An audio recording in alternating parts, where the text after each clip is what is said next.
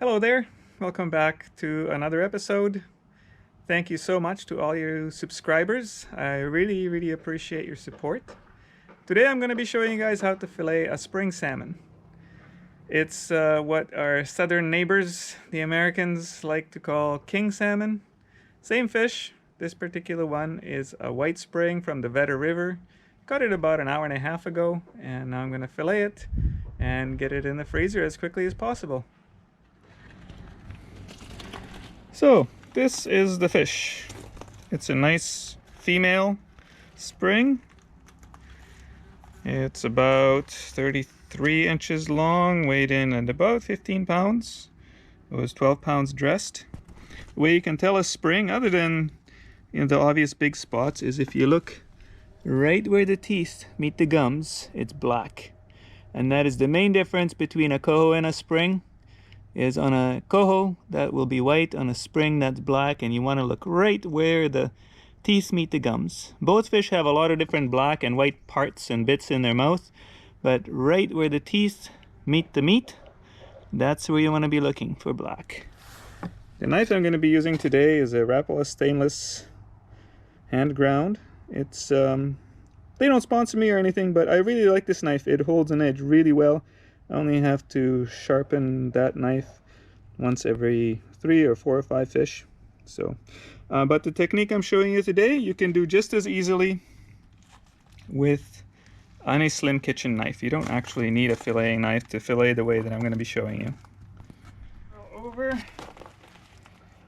Okay, I like to start at the head of the fish, but you can just as easily start at the tail.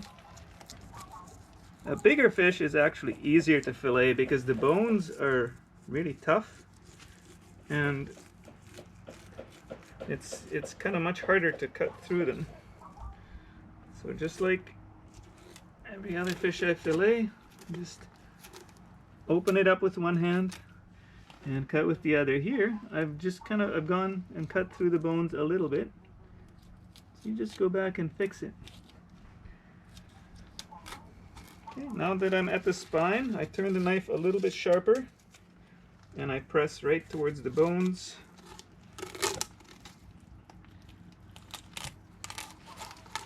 And now I'm angling even more and sliding down the ribs. Oh, I cut through the ribs. That's easy to fix. The knife is a little bit sharper than usual today.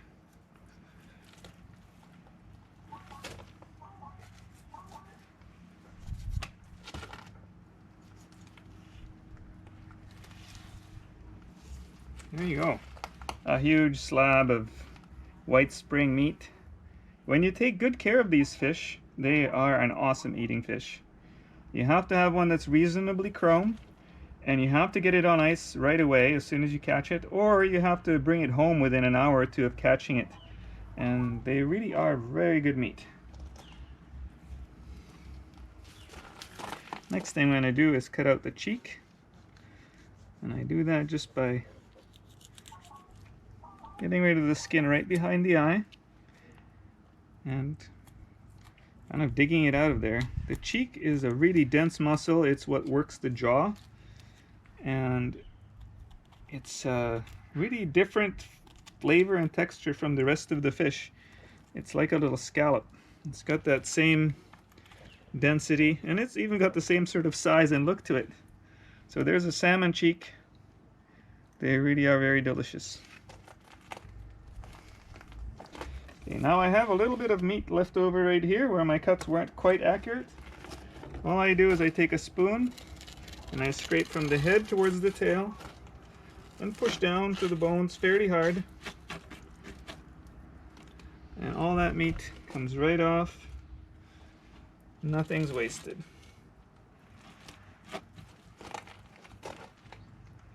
The next step is to cut out the dorsal fin. Just kind of hook my knife around the other side of it.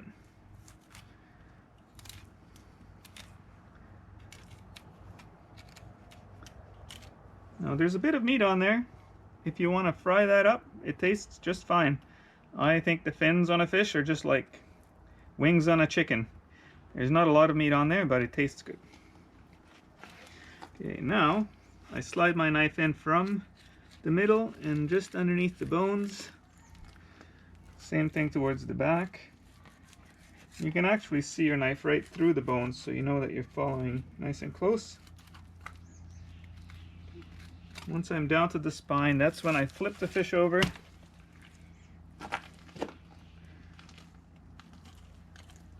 And pretty much repeat the process on the other, as I did on the other side. I'm just want to open up the fish. Goofed a little bit there. Open up the fish with one hand and just follow the bones.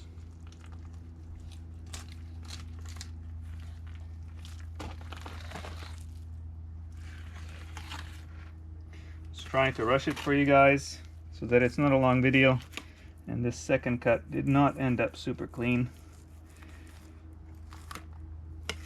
But that's okay, because none of this meat is wasted.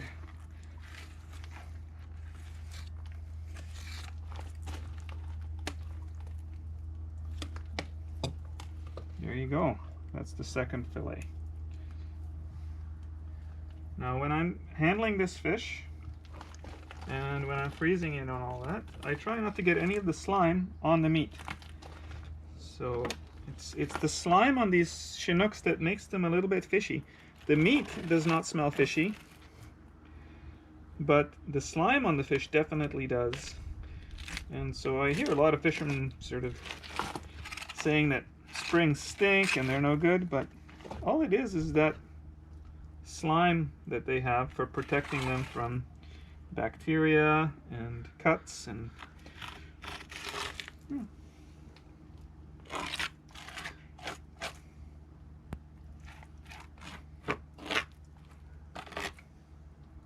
And that's it, ready for the freezer. This is gonna go under my garden beds, fertilizing my veggies for next year. If you do this, you just have to cover it really well. I put metal mesh and then weigh it down. Otherwise the raccoons will dig it up and drag it into the neighbor's yard, and that's no way to keep your neighbors happy. Thanks for watching. See you next time.